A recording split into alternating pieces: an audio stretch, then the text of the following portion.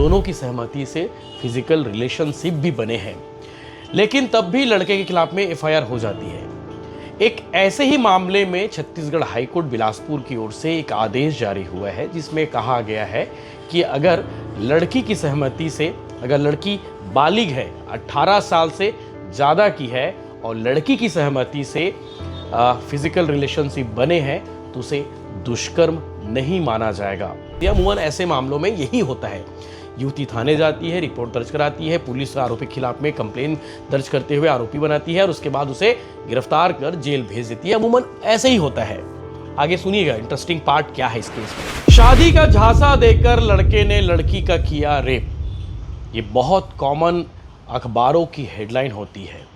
TV channels में भी इस तरह की खबरें हम बहुत ज़्यादा देखते हैं। मतलब मुझे लगता है कि हर दिन एक खबर आ ही जाती है जिसमें ये कहा जाता है कि शादी का झांसा देकर लड़के ने लड़की का रेप किया और लड़की थाने जाती है, रिपोर्ट लिखवाती है और बाद में कई बार देखा गया है, अधिकांश मामलों में ये देखा जाता है कि लड़के की ओर से ये कहा जाता है कि भैया मैं दुष्कर्म नहीं किया था, हम दोनों का प्रेम प्रसंग था, हम दोनों एक दूसरे से प्यार करते थे, हम दोनों की सहमति से फिजिकल रिलेशनशिप भी बने हैं, लेकिन तब भी लड़के के खिलाफ में एफआईआर हो जाती है।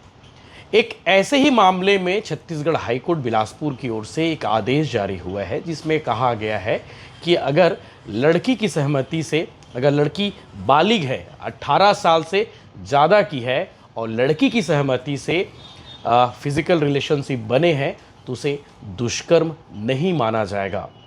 और 20 साल बाद काफ़ी कानूनी जो प्रक्रिया थी वो चली, सुनवाई हुई, lower court, session court, high court, division bench, ये तमाम कोर्ट में सुनवाई चली और उसके बाद हाई कोर्ट ने लोअर कोर्ट के फैसले को पलटते हुए एक आदेश दिया है कि इसे दुष्कर्म की श्रेणी में नहीं माना जाना चाहिए। ये पूरा मामला क्या है और ये आदेश क्या है और हाई कोर्ट ने आदेश देते हुए कौन सी टिप्पणी की है, पूरी बात मैं सिलसिलेवार आपको बताता हूँ। ये पूरा मामला अंबिकापुर ज़िले का है, जो हाई कोर्ट में सुनवाई हुई। सुनवाई के दौरान फैसला आया। फैसला क्या है ये जानना भी ज़रूरी है और हो सकता है ये फैसला बाकी मामलों के लिए एक तरह से नज़ीर बने, मिसाल बने। चलिए आपको बताता हूँ ये पूरा प्रकरण क्या है, क्योंकि आजकल ऐसे मामले बहुत तेज़ी से बढ़ रहे हैं, तो इसलिए जानना भी ज़रूरी है कि हाई कोर्ट ने फैसला क्या दिया है। दरअसल छत्तीसगढ़ हाईकोर्ट की जस्टिस एन.के. व्यास ने शादी का झांसा देकर शारीरिक संबंध बनाने और रेप के मामले में ये अहम फैसला सुनाया है। कोर्ट ने कहा है कि अगर लड़की बालिग है और उसकी सहमति से शारीरिक संबंध बने हैं तो उसे रेप नहीं माना जा सकता। हाईकोर्ट ने लोअर कोर्ट की ओर से आरोपी युवक को दोषी ठहराने के आदेश को अवैध मानते हुए उसे निरस्त कर दिया है और आरोपी को बरी कर दिया है। इस फैसले के साथ ही रेप के आरोपी को करीब 20 साल बाद राहत मिली है और ये पूरा मामला सरगुजा जिले के धौरपुर थाना क्षेत्र का है।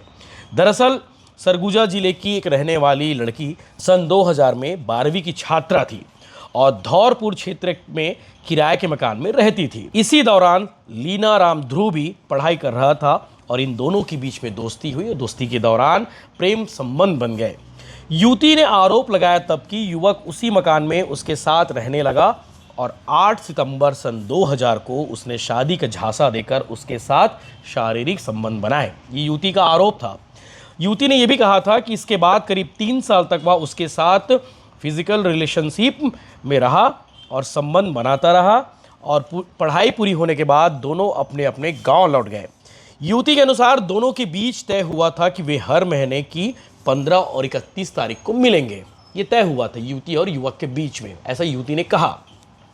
इसके बाद वह करीब 1 सप्ताह तक युवक के घर में रही, जहां उसे पत्नी की तरह उस युवक ने रखा और युवती ने यह भी आरोप लगाया कि लीना राम ने शादी का झांसा देकर उसे 3 साल तक शारीरिक संबंध बनाए। 16 मई सन 2003 को वह दोबारा युवक के घर गई और वहीं रुकी।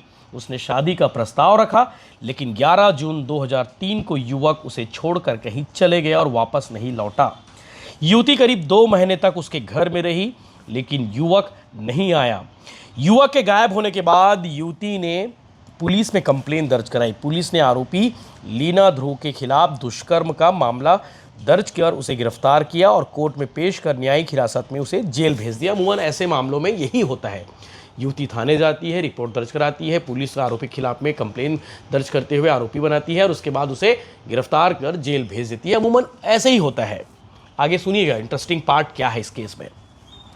पुलिस ने जांच के बाद ट्रायल कोर्ट में चालान पेश किया। ट्रायल के में सभी पक्षों को सुनने के बाद अंबिकापुर के न्यायिक मजिस्ट्रेट ने आरोप पत्र प्रस्तुत किया और सुनवाई के बाद अंबिकापुर के जिला सत्र न्यायालय ने आरोपी को दुष्कर्म का दोषी मानते हुए 7 साल की सजा और 5,000 रुपये अर्थदंड लगाया।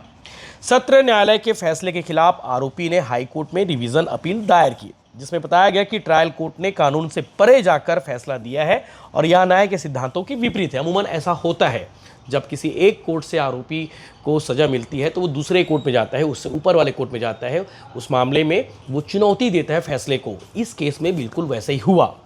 आगे सुनते हैं। सभी पक्षों को सुनने के बाद हाईकोर्ट ने माना कि लोअर कोर्ट का दोष सिद्ध आदेश कानून के अनुरूप नहीं है, इसलिए उसे निरस्त किया जाता है। हाईकोर्ट ने सुनवाई के बाद अपने आदेश में कहा है, अब आप इंपॉर्टेंट से सुनिएगा, हाईकोर्ट ने अपने आदेश में कौन सी टिप्पणी की है, कौन सी बात लिखी है, आप सुनिएगा।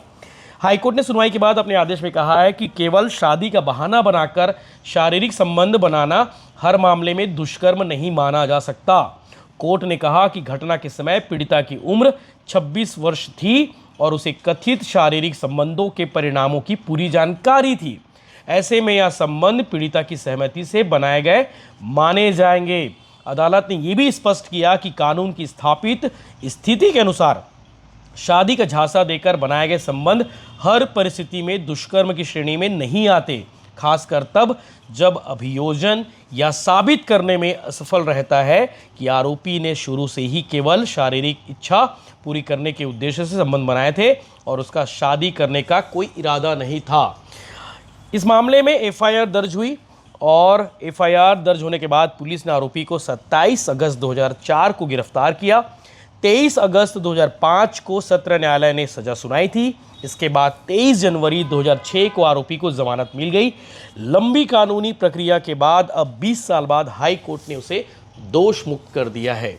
हाई कोर्ट के आदेश को आपने समझ लिया होगा कि हाई कोर्ट ने ऐसा दोष मुक्त क्यों किया है और एफआईआर को निरस्त क्यों किया है। अब सोचिए, 20 सालों की लंबी लड़ाई के बाद कहीं न कहीं उस युवक को अभी राहत मिली है। ये जानना भी ज़रूरी था कि आखिर हाई कोर्ट ने ऐसा क्यों कहा और हाई कोर्ट ने क्या कहा। ये फैसला कहीं ना कहीं मिसाल बन सकती है बाकी मामलों के लिए। इस फैसले को लेकर आप क्या सोचते हैं, आपका क्या विचार है, अपना कमेंट करके जरूर बताएं।